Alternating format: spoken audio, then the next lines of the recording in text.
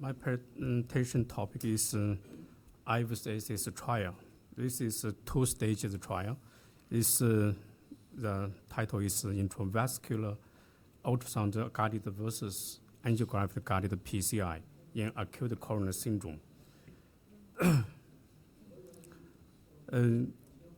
3 years ago, we published our studies protocol in the American Heart Journal. This is the study flowchart.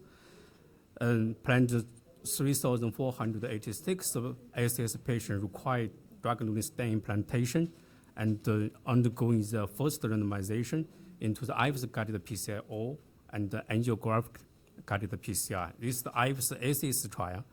And after PCI, the patient takes the 1 month DAPT, ticagrelor, and the parasprin. After 1 month, if the patient without the severe ischemic events or major bleeding, the patient will undergo the second randomization and into the DAPT or SEPT. And DAPT is ticagrelor and aspirin, and the SEPT is ticagrelor plus a placebo. These two studies result published on the Lancet this year. And today I will talking about the IVUS-ACS study. The ultimate DAPT is another story. I don't want to talk about this time. The background. So far, only 3 small RCT about the intravascular imaging guided versus the angiographic guided PCI in patients with the ACS have been done, or with the OECD guidance with inclusive results. So no dedicated RCT of IVUS guided PCI versus the angiographic guided PCI in patients with the ACS have been performed. So this study's objective is to investigate whether IVUS guidance compared with the angiographic guidance for implantation of the second generation drug-eluting stent resolve few clinical events in patients presenting with the acute coronary syndrome.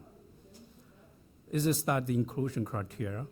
A patient presenting with ACS within 30 days before randomization, the patient greater than 18 years of age, and the patient with non-STEMI or STEMI. If the patient with a negative biomarker, the patient needed to meet one of these anatomy features. First, the diameter stenosis greater than 90%, or rupture the plaque, or we can see the thrombotic lesions. So this study is a key exclusion criteria. If the patient with 3 months, a stroke with 3 months, or any permanent neurological deficit, or patient with the previous CAPG, or any planned surgery with 12 months, or EGFR less than 20, or need for chronic oral anticoagulation, because this study will be enrolled. The second randomization is the DAPT study. So if the patient needs for chronic oral anticoagulation, will be exclusion. If the patient life expectancy is less than 1 year, or any condition likely interfering with the study process. So this is the primary and endpoint. The primary endpoint is the 1 year target vessel failure, is the composite of the cardiac death, target vessel myocardial infarction, and clinical driven target vessel revascularization. And second endpoint is TVF without procedure, myocardial infarction, or individual components of the primary endpoint, and the stent thrombosis is the safety endpoint. So about this sample size calculation, estimated the 1 year rate of TVF with the angiographic guided PCI of 10%. We assume the 28% of reduction in the target vessel failure with the IVUS guided PCI, and expect the dropout the rate of the 5%, and the two-sided alpha 0.5. And we need to randomize the 3,486 patients, provide 80% power. So this is the study, the flow chart. From the 2019 August to the 2022 October, 58 centers in the China, Pakistan, and the UK and Italy, and 3,005 patients with ACS undergoing to the PCI use the second generation drug-eluting stent and the first randomized into the IVUS guidance group or angioguidance group. The randomization was stratified by the diabetes, sex, and site using dynamic minimization.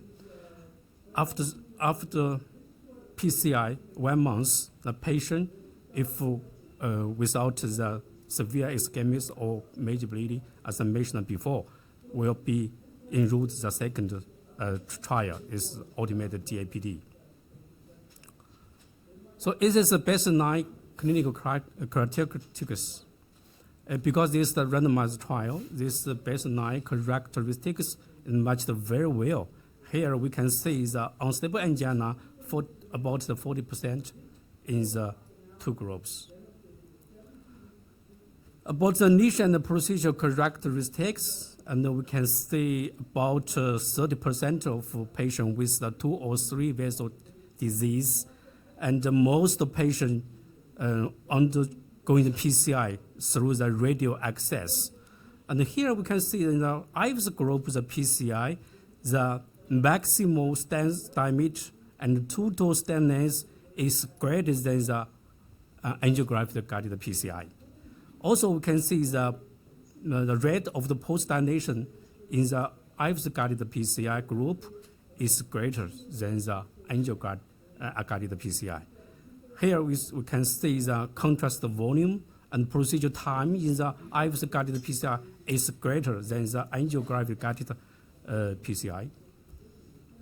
So about the co-CI result, baseline in the two groups is no differences. But the post-procedure we can see in the IVUS guided PCI, we can see the minimum normal diameter and the acute gain is greater than the angiographic guided PCI. Also, we can remain the diameter status is smaller in the IVUS guided PCI. So this is the primary endpoint. We can see compared to the angio-guided PCI, IVUS guided PCI associates no rate of the target vessel failure. It's significant statistical differences. And the target vessel failure without the procedure MI, we also can see that compared to the angio-guided PCI, IVUS guided PCI is rate of the low rate of the TVF. Also, the 12 pre-specified subgroups, the analysis we can see compared to the angio-guided PCI and the IVUS guided PCI is reduce the rate of the TVF. This is primary and secondary endpoints. And here we can see the target vessel failure is no rate of the IVUS guided PCI group. And we can see no differences between the two groups about the cardiac death. It's the target vessel failure is driven in the target vessel myocardial infarction or clinical driven the target vessel revascularization. So we also performed the subgroups analysis about the optimal IVUS criteria. And the target criteria for the optimal IVUS in the long left-man lesion, we use the ultimate criteria. Ultimate criteria we published also 5 years ago in the JACC. The long left-man lesion, the MSA is greater than the 5 millimeter square or greater than 19% of some MLA at the distal reference segment, or plaque burden less than 55% with the 5 millimeter proximal or distal to the stand-stay edge, and all the absence of the medial dissection greater than 3 millimeter in length. In the left-man lesions, MSA greater than 10 millimeter square for left-man segment and greater than 7 millimeter for the ostium or proximal LAD, and 6 millimeter square for the ostium on the proximal circumflex. We know it is the Excel criteria for the nerve bifurcation lesions. So this is a subgroup. We can see about 18% of patients with the optimal IVUS criteria. We can see that for the patient with the suboptimal IVUS criteria, the TVF, 1 year TVF, is similar to the angiographic PCI group. So that means if we did the PCI use the IVUS guidance, we should get the optimal IVUS criteria. So this is the conclusion. A patient with the ACS, IVUS guided implantation of contemporary DES reduced the 1 year rate of TVF and compare the angiographic guidance alone. So these are the implications for our daily practice. Because of the low rate of the use in the daily practice, so we should get more patients with ACS undergoing PCI will be guided by intravascular imaging, especially for those with the complex lesions, because this recommendation of this year's guideline for the complex patient lesions, we should be use the IVUS or intravascular imaging to guide the PCI. So if a patient guided PCI in ACS patients, it is important to achieve IVUS optimal criteria as possible as we can. So because we get the optimal criteria, the patient gets a more benefit, clinical benefits. So that's all. Thank you for your attention.